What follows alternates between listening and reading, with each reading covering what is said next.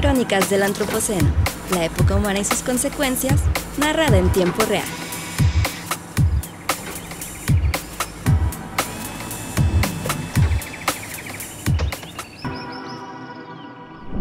Hola y bienvenidos a Crónicas del Antropoceno. Yo soy Víctor González Quintanilla y conmigo Abril Ambrís. Hola, ¿cómo están? Y con mucho gusto le doy también la bienvenida a una de nuestras ya colaboradoras, ya lo voy a decir así porque es la segunda vez que nos acompaña. Aquí está de vuelta en Crónicas del Antropoceno, la doctora Aleida Azamar Alonso. Aleida, muchas gracias por acompañarnos. Bienvenida a Crónicas del Antropoceno.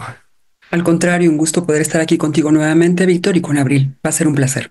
Bienvenida, muchas gracias. Y es que Aleida es investigadora y académica de la División de Ciencias Sociales y Humanidades de la Universidad Autónoma Metropolitana, Unidad Xochimilco, maestra en estudios latinoamericanos, doctora en economía internacional, coordinadora de la maestría en sociedades sustentables de la Universidad Autónoma Metropolitana, y bueno, nos va a acompañar hoy para platicar de un tema que a mí me toca la introducción, pero vamos a escucharlas tanto a Abril como a la doctora Aleida, porque en el mundo hay todavía más presidentes que presidentas. Bueno, ya en México ya tenemos presidenta, en Guadalajara ya tenemos alcaldesa y próximamente vamos a tener rectora en la Universidad de Guadalajara.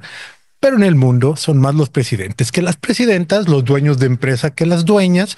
De hecho, en términos de ciencia, en los premios Nobel estaba revisando, y hombres, mujeres, son 595 hombres han obtenido el premio Nobel contra 23 mujeres. 595 contra 23. Bueno, no son 23, son 22. Porque María Sklodowska, mejor conocida por su nombre de casada, María Curie, lo obtuvo 2 veces. Entonces fueron 22 mujeres, una de ellas lo obtuvo 2 veces. Además de que ella también es la única figura femenina en esa que se le conoce como la fotografía más inteligente de la historia, que le llamaron a una foto, quizás la recuerden los que nos vean por YouTube, ahí la voy a poner, que es una foto afuera de la quinta conferencia Solvay, se llamaba, de mecánica cuántica en Bruselas, en 1927, donde aparecen 29 de las mentes más brillantes de la ciencia del siglo XX, entre ellos Erwin Schrödinger, Niels Bohr, Albert Einstein, Max Planck, y solo una sola mujer entre 29 hombres. Algo similar también ocurre en los organismos internacionales de los que hablamos mucho aquí, donde se reúnen pues los líderes mundiales, los líderes políticos, los líderes económicos, los líderes sociales, ideológicos del mundo, que en su mayoría han sido y son hombres, a pesar de que en el mundo habemos pues más o menos mitad y mitad. ¿Cómo afecta este desbalance de poder, presencia y representación a la manera en la que nos relacionamos entre nosotros y con el mundo, con el medio ambiente, en el antropoceno? Hoy vamos a hablar de esa confluencia entre ecología y feminismo. Sí.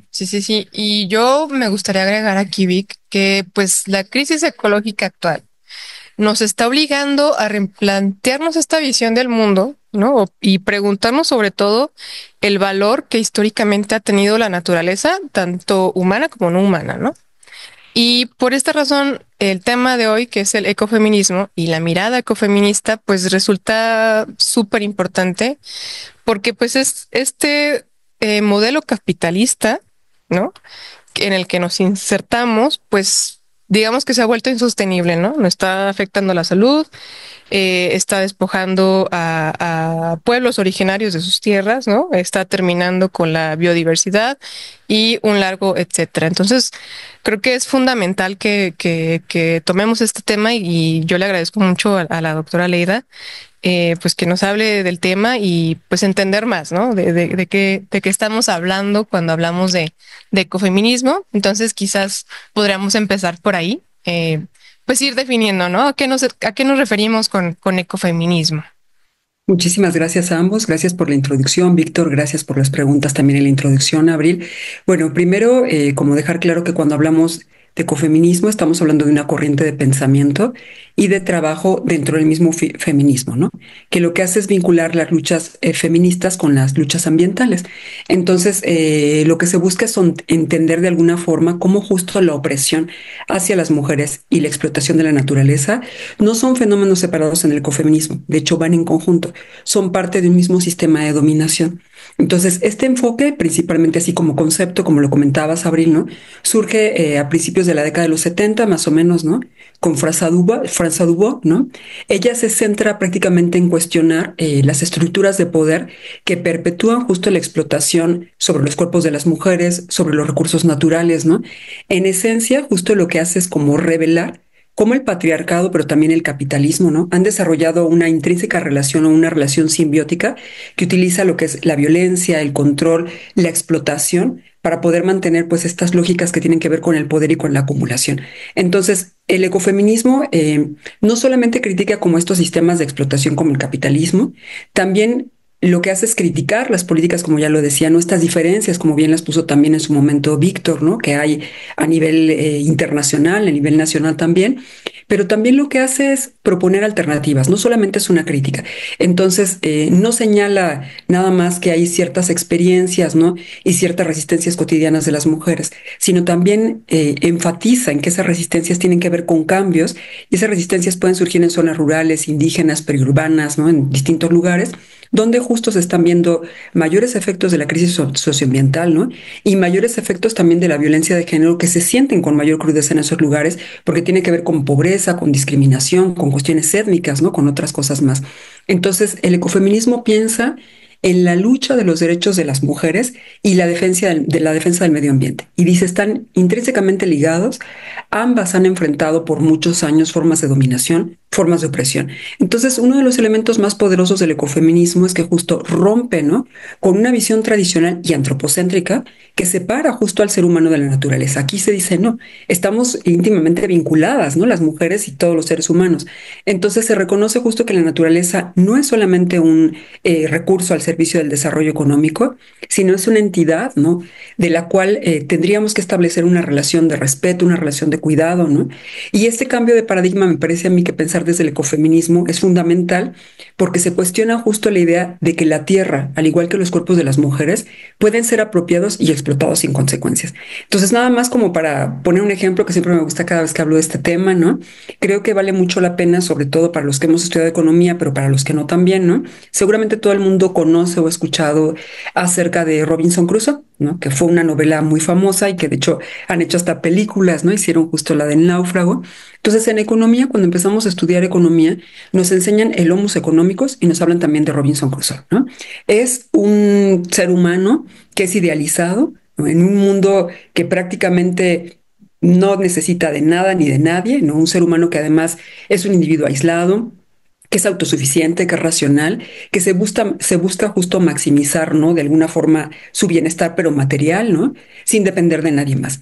Nosotros nos damos cuenta que Robinson Crusoe llega a una isla, está completamente solo, pero resulta que para poder sobrevivir necesita de su compañero Viernes, ¿no? Y además también para poder sobrevivir, pues nos damos cuenta que realmente no está solo. Y es importante porque el papel que ejerce Viernes en ese momento, en esta novela, ¿no? Y en esta película, quienes la hayan visto, es las labores domésticas. Como si Robinson Crusoe no las pudiera hacer o no las hiciera. Esto es llamativo porque de alguna forma, ¿no? Nos damos cuenta que nos están poniendo desde la economía y desde todo el sistema económico a este ser humano que solamente está pensando en su propio interés, solamente está pensando en esa visión racional, ¿no? Como si fuera una especie de máquina económica perfecta. Se están ignorando las emociones, se están ignorando las relaciones humanas, los cuidados que necesitamos para vivir. Todos nosotros hemos tenido mamá, ¿no? Muchos o muchas de las personas que nos escuchan seguramente también tienen hijos, tienen padres, entonces finalmente requerimos cuidar a otros y que nos cuidan. No podemos vivir en esta sociedad de forma individual, tenemos que vivir de forma colectiva y es mucho mejor. Entonces es importante este cuidado mutuo. Es importante la cooperación, es importante la solidaridad. Entonces, el ecofeminismo justo lo que hace es cuestionar estas figuras como el Homo económicos o como Robinson Crusoe, ¿no? Y plantear que los seres humanos no somos máquinas aisladas, ¿no? Que podemos vivir y salir adelante o prosperar solos, sino que también dependemos profundamente de nuestras comunidades, de nuestras familias, de otras personas, pero también dependemos de la naturaleza para poder sobrevivir, porque comemos. O sea, ya no es tanto que digamos, quiero cuidar un arbolito o la madera, no, tenemos que comer y los alimentos se producen ahí. Entonces, aparte de hablar de la importancia del cuidado entre los seres humanos, entre la naturaleza, entre todo esto, también algo que hace el ecofeminismo es reivindicar la labor de la mujer para que sea valorada y reconocida. Y desafía justo de alguna forma, ¿no?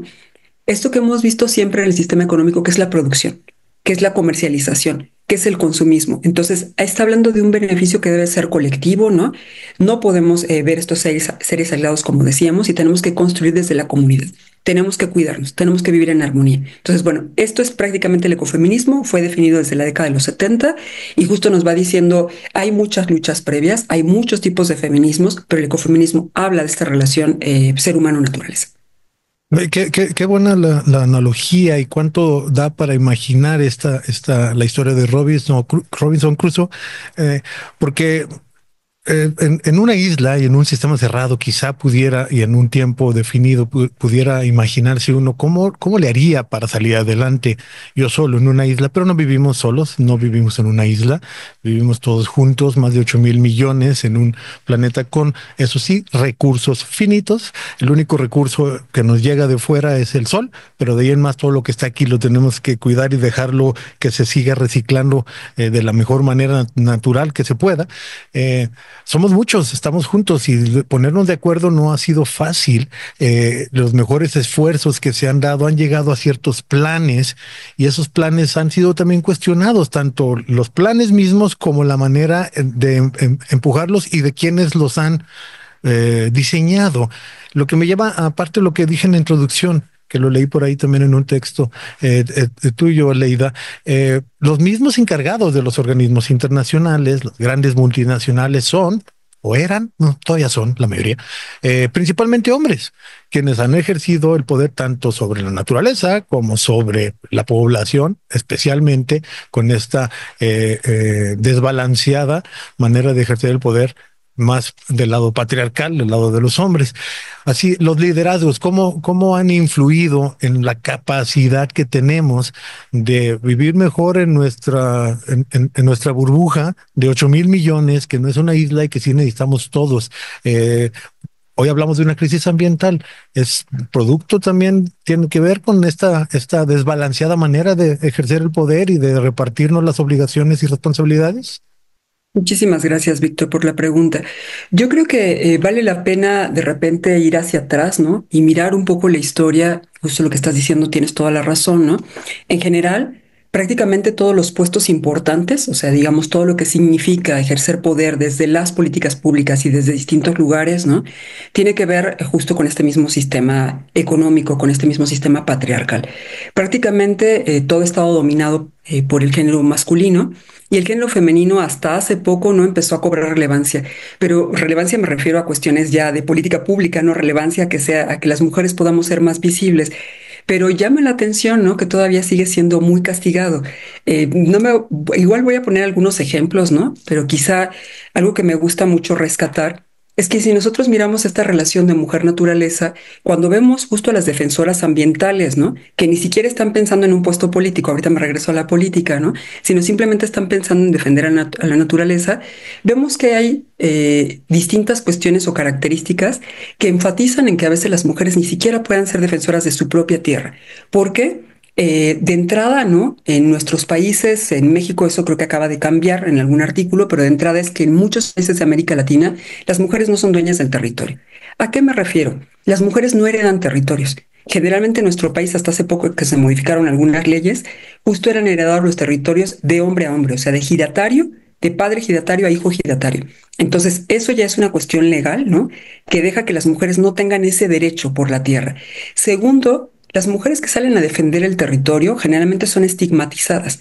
¿Por qué? porque todavía se piensa en algunas partes de América Latina y en nuestro país, también en ciertas regiones, ¿no? Mucho más rurales, se piensa que justo las mujeres deben estar en su casa, preparando la comida, cuidando a los hijos y no salir a una defensa. Entonces hay una estigmatización. Prácticamente hay un artículo por ahí que escribimos, después se los comento, se les llama revoltosas, ¿no? Cómo salen a rebelarse, cómo salen a pues hacer un escándalo, ¿no? Acerca de la defensa del territorio. Y tres, que me parece que es un factor sumamente importante, bueno, cuatro, serían tres y cuatro. Tres, es que justo las mujeres cuando defienden el territorio, prácticamente si llegan a ser asesinadas entre los más de 1.300, 1.200, 1.300 líderes ambientales que han sido asesinados en América Latina, cuando llegan a salir a defender el territorio, antes de que las asesinen, primero pasan justo por una violencia sexual. Y esto es específico para el caso de las mujeres. Entonces vale la pena resaltarlo. Y como cuarto elemento también comentar que justo las mujeres se tienen que hacer cargo muchas veces de su territorio porque los hombres migran. Migran a otros lugares, a otras ciudades, a otros países, ¿no? Para buscar mejores condiciones de trabajo.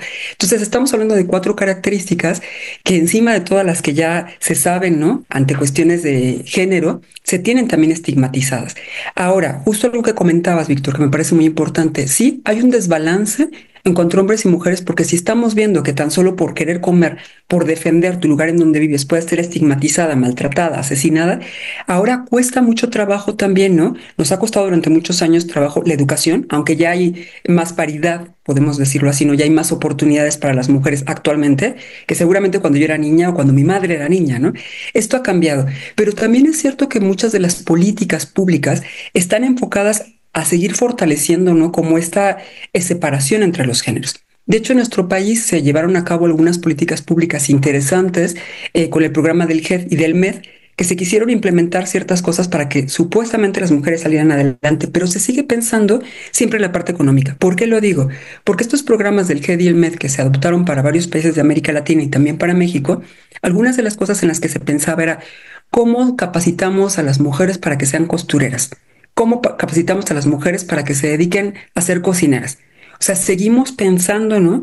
En ciertos roles, digamos, o en ciertos puestos o en ciertas actividades que supuestamente están destinadas específicamente para que la mujer las haga.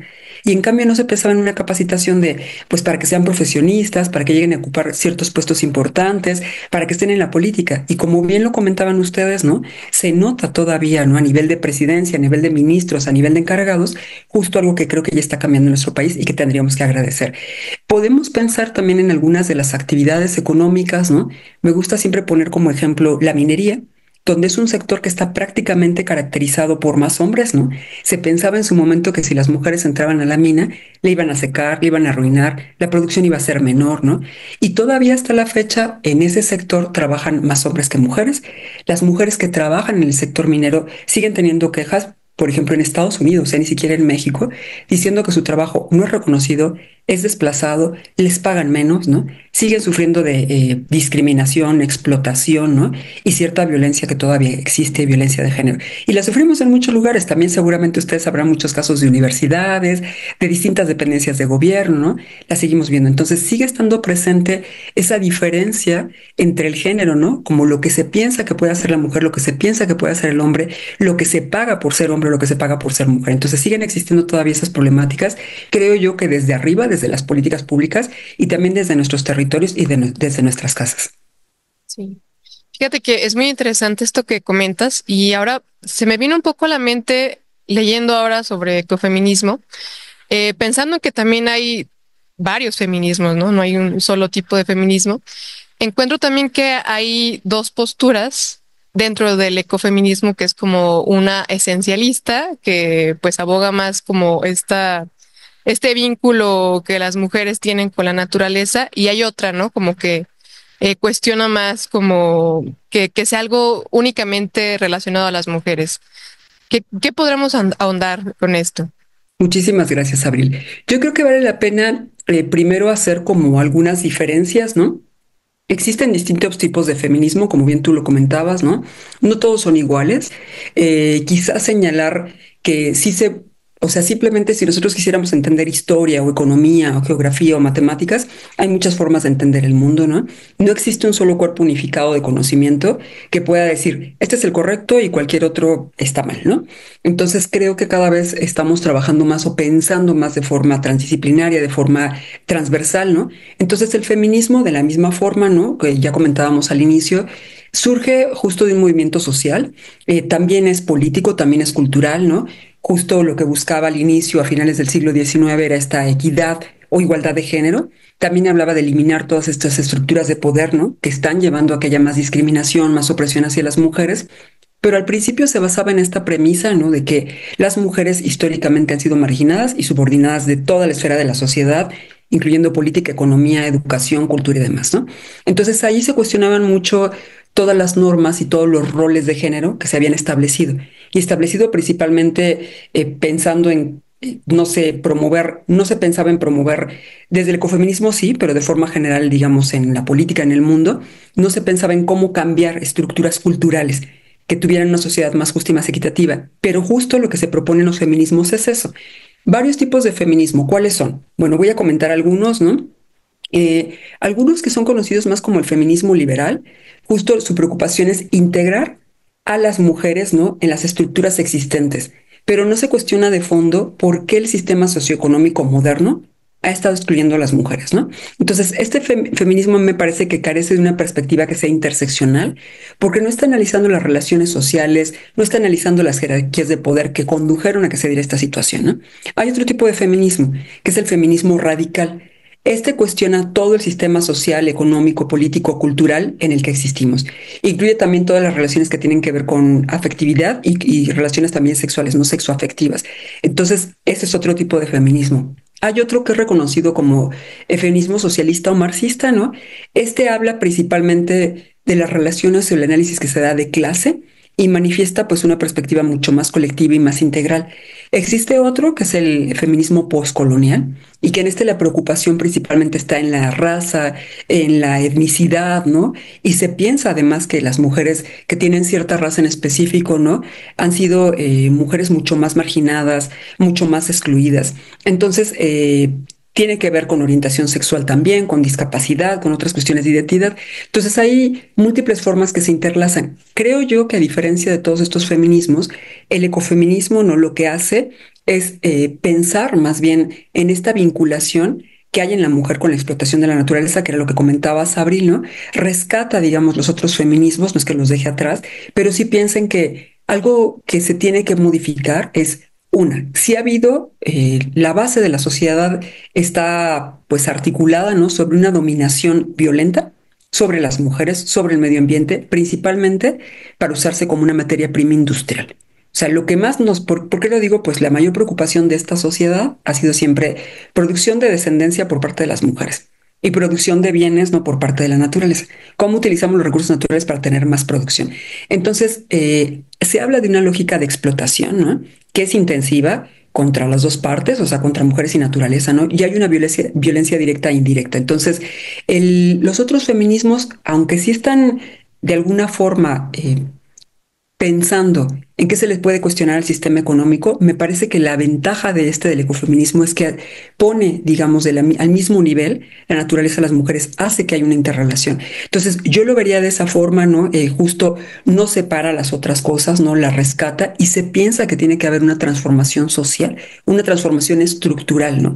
Se está dotando, me parece a mí que desde el ecofeminismo de una visión que es holística, que está considerando la justicia de género, que está considerando la justicia ambiental y que se piensa que son inseparables.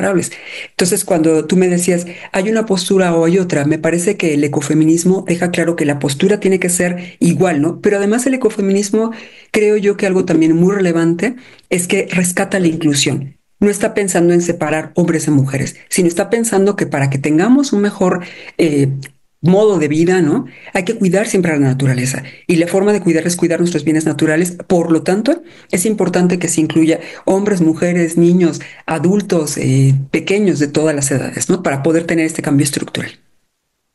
Aleida, platícanos un poquito cómo esto se traduce en el estudio de campo y en propuestas así claras en concreto. Por ejemplo, tu experiencia en la organización de mujeres en el Alto Mezquitán, en Hidalgo, me parece. Platícanos un poquito de ese trabajo. Claro que sí, muchísimas gracias, Víctor. Hay muchos ejemplos que me parecen sumamente interesantes, ¿no? En nuestro país y en toda América Latina, de las luchas de las mujeres. Comento un poquito del Alto Mezquital y voy a comentar algunos otros que me parece que todos tienen mucho que nos pueden dejar aprendizaje. Bueno, comentábamos hace un momento que justo las mujeres lo que han hecho es quedarse a defender su territorio por distintas razones, ¿no? Entonces, se han dado cuenta que es muy importante por respetar el territorio, respetar los bienes naturales, pero también hacer colectivo entre mujeres. En el Alto Mezquital, el caso que estudiamos no fue con una de mis asesoradas de tesis de maestría. Es muy interesante porque si nosotros llegamos y les preguntamos a las mujeres si consideran que eso es ecofeminismo, seguramente nos van a decir que no. Pero en la práctica lo que están haciendo es ecofeminismo, ¿no? Están respetando todo lo que tiene que ver con su entorno, están creando lazos de solidaridad, de sororidad también, ¿no? Y este caso es muy interesante porque lo que las mujeres han hecho ahí es que justo han rescatado varios de sus recursos para convertirlos en jabones, para convertirlo en lo que en muchos lugares se conoce como zacate, que otros conocemos como esponja, ¿no? Con lo que te lavas también el cuerpo, ¿no? Entonces han conservado muchas de sus plantas para convertirlas en distintos productos que sirven para la comunidad, jabones, shampoos, cosas para comer, ¿no? Que sirven para la comunidad, pero que también ellas pueden vender. Entonces, son distintas comunidades de mujeres que además, gracias a que han podido desarrollar otras actividades diferentes, también digamos que han tomado, ellas se sienten empoderadas ante esto. Entonces tienen cierta independencia económica, ¿no? Cierta independencia también social y justo es una zona de la que podríamos hablar que migran también muchos hombres, ¿no? Entonces ese caso es sumamente interesante. Hay dos más que podríamos, bueno, hay muchos más, pero hay dos más que les quiero comentar. Uno que yo lo vería desde otro ángulo, pero también desde un enfoque pues de sustentabilidad y probablemente ecofeminista. Son las mujeres que justo se encuentran en Veracruz, en perdón, ahora el nombre se me fue, en Alto Lucero, perdón, que justo es donde está la planta nuclear que tenemos en nuestro país, ¿no? En la década de los 80, 90, las madres, generalmente mujeres que eran madres, nos empezaron a oponer justo a esta planta nuclear por lo que había pasado en Chernobyl. Entonces ellas decían, tenemos temor, ¿no? De que nuestros hijos, de que toda nuestra comunidad pueda ser afectada si hubiera justo una problemática similar. Entonces me parece a mí una resistencia muy bonita, muy emblemática, porque pasa esta lucha de las madres a las hijas y también a las hermanas. Entonces se empiezan a juntar familias, ¿no? Enteras de mujeres para decir tenemos que resistir ante esta planta nuclear. El gobernador de ese entonces y quien era presidente en ese entonces, no, en nuestro país, no les hacían caso ante sus resistencias, ante su llamado, pero ellas lo que hacen, que me parece que es un evento muy llamativo, ¿no? Es acercarse a la esposa del gobernador y entregarle una rosa y además decirle qué sucedería si tus hijos son los que estuvieran en riesgo. Entonces, a partir de eso son escuchadas por el gobernador. Entonces, bueno, me parece que es una resistencia bonita y comento la última para ahí dejar la palabra, perdón. Me gusta mucho el ejemplo de las mujeres Masehual, que están en la Sierra Norte de Puebla y además preguntabas, Víctor, ¿cómo trabajan ustedes con estas mujeres o qué han hecho en territorio, qué han hecho en campo? Bueno, justo nosotros por distintas investigaciones que realizamos y por distinto trabajo de campo que hacemos, hemos tenido la oportunidad de conocer a estas experiencias que estoy comentando y esta en particular hemos regresado en varias ocasiones, ¿no? Están en la Sierra Norte de Puebla, en la zona de Cuetzalan. Son mujeres que en la década de los 90, ¿no? Trabajaban en conjunto con una cooperativa muy famosa que también ha hecho mucho, ¿no? La cooperativa Tosepan, pero en ese entonces, como existía otro tipo de pensamiento, ¿no? Justo les pagaban menos a ellas por ser mujeres por sus artesanías. Entonces ellas deciden separarse de la Tosepa, ¿no? Son las mujeres más igual y deciden poner su propio proyecto. ¿Qué han hecho? Y es que me parece así grandioso. Bueno, lo primero que hicieron fue un terreno, un territorio que tenían, es cuidarlo. Tienen cultivados un montón también de plantas, ¿no? Pero también una parte de ese territorio construyen un hotel, el Hotel Tazelotzin. Cuando ustedes quieran ir, lo quieran visitar, pero un hotel que además es ecológico. Tiene captación de agua de lluvia, celdas solares, ¿no? Cocinan ahí, preparan alimentos que tienen que ver con el territorio, pero además estas plantas y todas estas hierbas que ellas tienen también las convierten en jabones, en shampoo, también producen miel, siguen haciendo artesanías, ¿no? Y además han hecho también distintos proyectos, ¿no? Si ustedes quieren visitarlas en otro periodo, por ejemplo en el verano, las invitan a que se queden en sus casas para que conozcan su lengua, su cultura, sus tradiciones, su gastronomía. Y tienen también, han hecho pues proyectos en donde puedan incentivar, ¿no?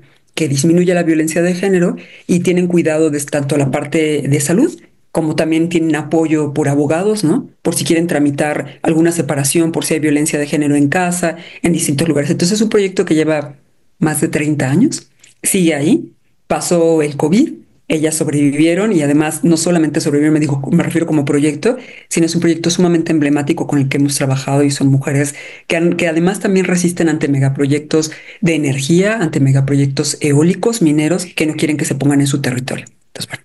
Padre. Se me hace muy bonito como escuchar estos casos porque sabemos que a pesar de que las problemáticas existen, pues las resistencias están y siempre han estado ahí, ¿no? Entonces es buenísimo escuchar estos ejemplos. Em, no sé si tienes otra pregunta más, Vic. Sí, sabes que habíamos platicado que algo que vimos que en lo que estuviste involucrada, Aleida, que nos gustaría que nos platiques, que tiene mucho que ver con lo que nosotros hacemos en el Museo de Ciencias Ambientales que construye la Universidad de Guadalajara acá en Zapopan, Jalisco, y que ya conociste tú el edificio en donde pensamos tener, además de exhibiciones, una confluencia con diferentes sectores que están involucrados en problemáticas socioambientales de la región. Y vimos que ustedes tienen o hicieron un encuentro que se llamó Verde y Verso, panorama ecofeminista mexicano, y nos despertó por ahí nos prendió pues ahí el foco de que nos gustaría que nos platiques un poquito la experiencia de este encuentro, cuántas veces lo han hecho, si fue la primera, y sobre todo eso, algunas luces que aparecieran por ahí. Claro que sí, muchísimas gracias, Víctor y Abril. Fue un proyecto sumamente interesante. La verdad es que les cuento que tuve la fortuna de ser invitada por el Centro Cultural de España en México a coordinar este proyecto, ¿no? Justo la idea viene, vale la pena decir que viene de la Agencia Española de Cooperación Internacional. La Agencia Española tiene distintos centros culturales en distintas partes de América Latina, en varios países.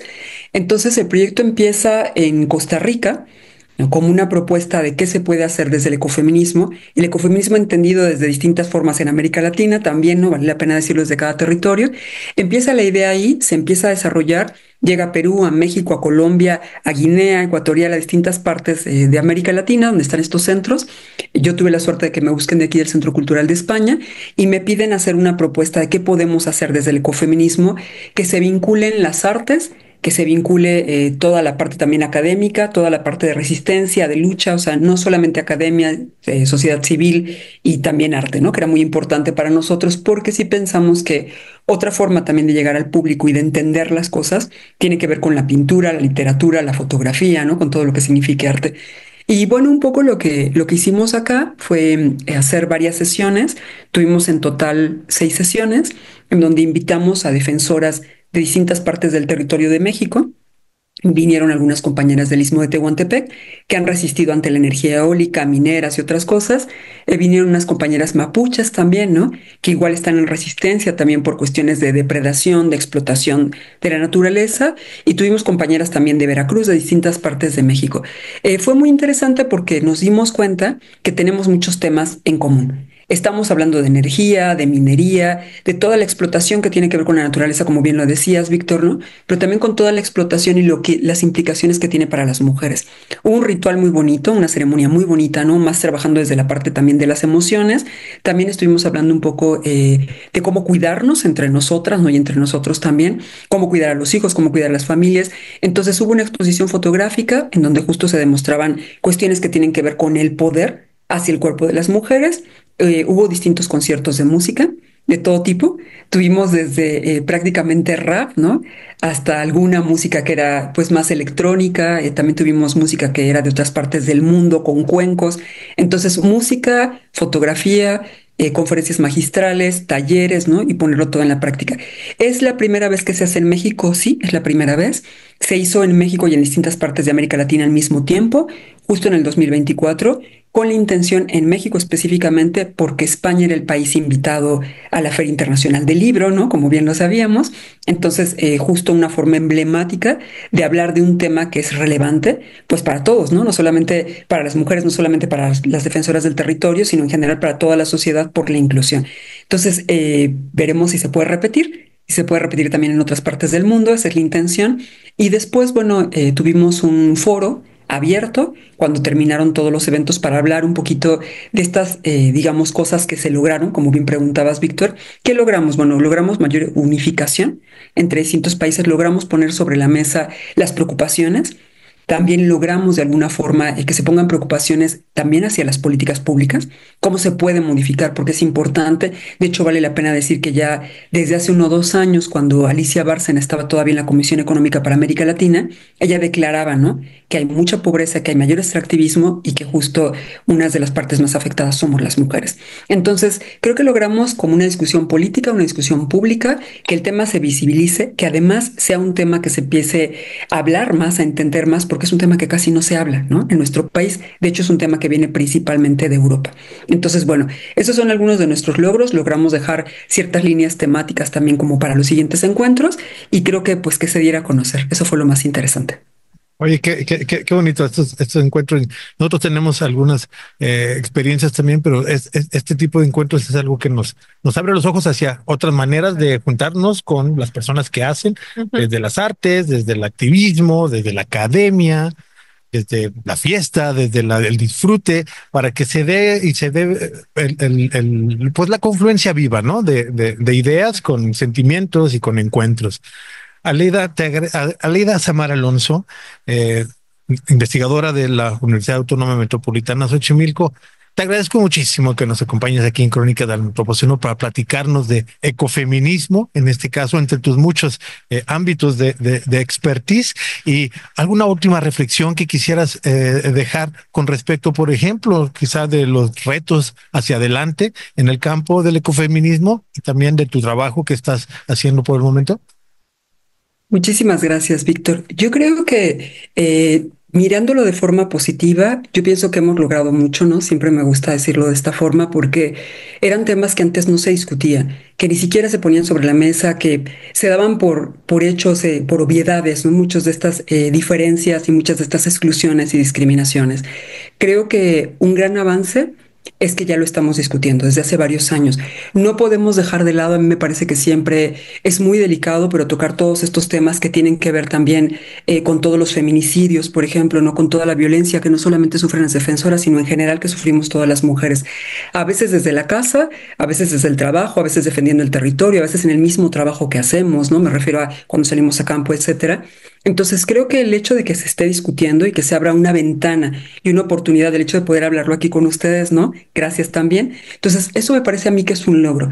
Pero por otro lado, no podemos dejar de lado tampoco y de pensar que este tema se tiene que seguir abarcando cada vez más. O sea, tiene que haber distintos apoyos desde distintas esferas. Uno, ya lo hemos dicho, es en la política. Es muy importante. No solamente pensar en que tiene que existir paridad de género y entonces, bueno, tantas mujeres y tantos hombres, no, sino también tiene que haber una capacitación para poder llegar a ocupar esos puestos y esas tomas de decisiones. Y también me parece a mí muy relevante que una vez que llegas a ciertos puestos también, que te dejen trabajar, porque todavía lamentablemente, ¿no? A veces te siguen poniendo el pie. Entonces yo creo que se tiene que seguir discutiendo, tener protocolos muy claros pues forma colectiva de trabajar, tener protocolos muy claros de género, que ya se han logrado en muchos lugares, en universidades, en dependencias de gobierno. Entonces, desde la política, desde lo académico, como tú bien lo comentabas, y desde el activismo social, seguir abriendo espacios, ¿no? Seguir fomentando justo la independencia de las mujeres, también de los hombres, ¿no? Económica, social, cultural. Entonces esto me parece que es muy importante, ¿no? Seguir negociando ciertas cosas y seguir abriendo espacios. Entonces creo que seguir pensando desde el punto de vista de la inclusión y no de la exclusión, y seguir pensando desde un punto de vista que todos somos iguales, porque finalmente estamos en esta sociedad, vivimos en esta naturaleza y es para todos. Entonces justo eso es lo que referimos como solidaridad, colectividad y sororidad. Entonces nada más desde ahí. Muchísimas gracias. Excelente, ¿no? Muchísimas gracias a ti, Aleida. Es un placer platicar contigo y que nos compartas con esta claridad y con esta solvencia de ideas toda la panorámica con respecto al ecofeminismo y a lo que desde las universidades, desde el pensamiento y el trabajo de los académicos, de los universitarios, se puede hacer para reflexionar en el mundo en el que podríamos compartir sin modificamos algunas dinámicas, las transformamos de lo que era a lo que queremos que pueda ser. Aleida Samar Alonso, de la Universidad Autónoma Metropolitana Unidad Xochimilco. Muchas gracias por acompañarnos. Va un abrazo fuerte desde acá, desde la Biblioteca Pública del Estado de Jalisco, donde nos vimos la última vez, desde la Universidad de Guadalajara. Muchas gracias por acompañarnos y gracias, y nos vemos en el próximo tema, que tenemos muchas cosas que platicar contigo. Muchísimas gracias, Víctor. Muchas gracias, Abril. Un placer estar por acá con ustedes. Que estén muy bien. Hasta luego, y al público también. Hasta luego.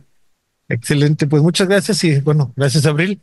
Muchas gracias y muchas gracias a todos, sobre todo a ti que nos escuchas, que nos ves a través de las plataformas de podcast, a través de YouTube, que nos sigues a través de las redes sociales. Recuerda que puedes entrar en contacto con este proyecto, tanto el Museo de Ciencias Ambientales como el podcast Crónicas del Antropoceno, precisamente a través de las redes sociales del museo, Museo de Ciencias Ambientales. Ahí te puedes enterar de las actividades que tenemos, que aunque todavía no abrimos las puertas del museo, el edificio ahí va avanzando poco a poco, ya bastante avanzado ya va, pero tenemos muchas actividades andando y una de ellas es este podcast a través del cual pues queremos conectar con las personas que piensan, que trabajan con respecto a la crisis socioambiental que vivimos y qué se puede hacer al respecto. Es casi siempre lo que les preguntamos y nos llevamos muy buenas respuestas. Bueno, muchas gracias a todos y te invitamos a que te quedes pendiente de la próxima de estas Crónicas del Antropoceno. Esto fue Crónicas del Antropoceno, una producción del Museo de Ciencias Ambientales de la Universidad de Guadalajara. Gracias por escuchar.